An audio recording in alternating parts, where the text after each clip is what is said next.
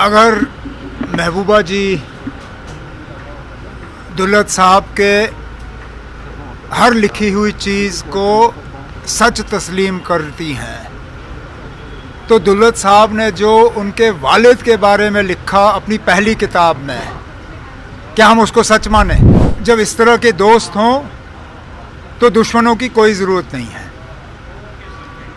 चलिए, आखिरकार फ़ारूक साहब को दुल्लत साहब की असलियत के बारे में पता चल ही गया।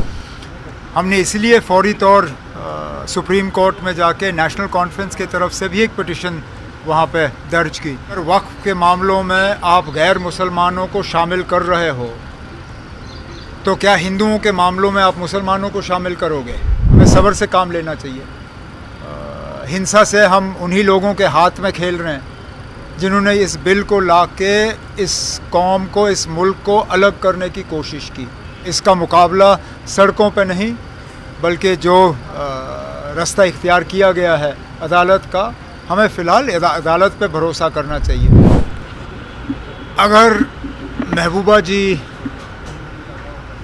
दुल्लत साहब के हर लिखी हुई चीज़ को सच तस्लीम करती हैं तो दुल्लत साहब ने जो उनके वालिद के बारे में लिखा अपनी पहली किताब में, क्या हम उसको सच माने? और अगर हम उसको सच मानते हैं तो महबूबा जी उस चीज़ को लोगों में कैसे समझा पाएगी, उसका वो ज़रा जवाब दें।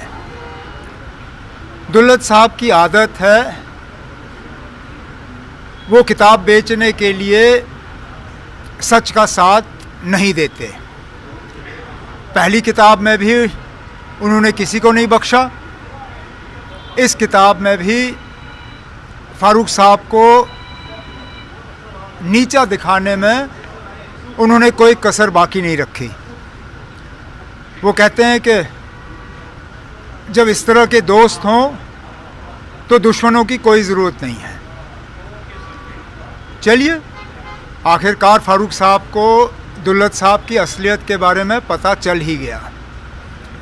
अब दुल्लत साहब को इस गलत फहमी में नहीं रहना चाहिए कि कल जब किताब रिलीज़ होगी तो फ़ारूक साहब उनके साथ वहाँ खड़े होंगे, क्योंकि इस झूठ का साथ जो है फ़ारूक साहब नहीं देंगे। दूसरा क्वेश्चन ये है कि वक़्फ़ अमेंडमेंट को लेकर जिस तरह से सुप्रीम कोर्ट में कल हियरिंग हुई है और अब नेक्स्ट हियरिंग पे, तो व्हाट डू यू से? नहीं, अच्छी बात है।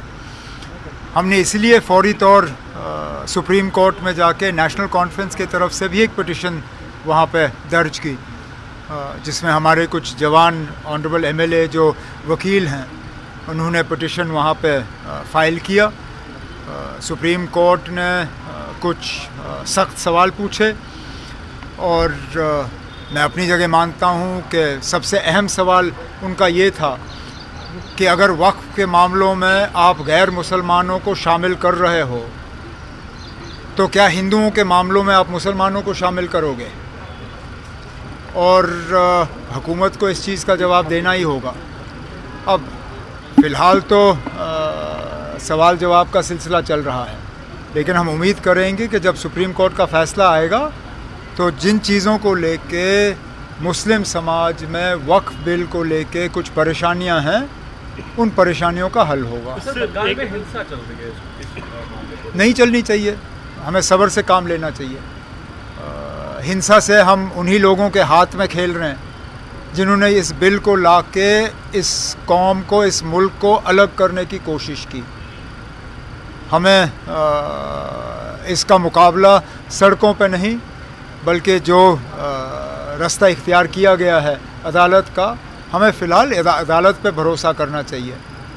सड़कों पे आके इस बिल को फ़िलहाल हम तब्दील नहीं कर सकेंगे। सर, कश्मीर को लेकर दो स्टेटमेंट्स आई हैं। सबसे पहली, कल जो है पाकिस्तान आर्मी चीफ ने कहा कि कश्मीर इशू हमारे लिए जुगुलर वीन है and we can not leave it. तो कौन सी नई बात है ना?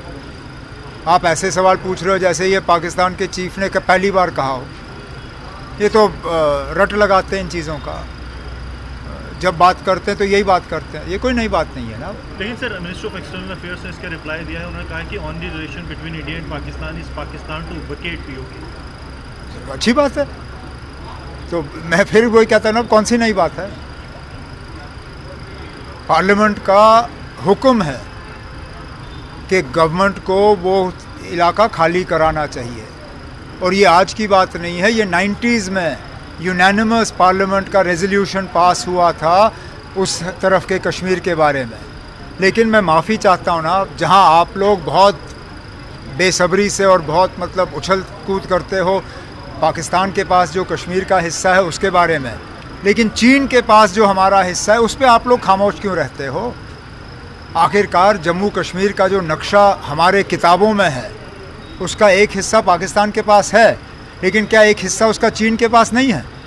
तो मेहरबानी करके जब आप पाकिस्तान के हिस्से के कश्मीर पे उछल कूद करते हो तो अब फ़िलहाल जो लद्दाख का हिस्सा चीन के पास है उस पर भी थोड़ा उछल कूद करिए।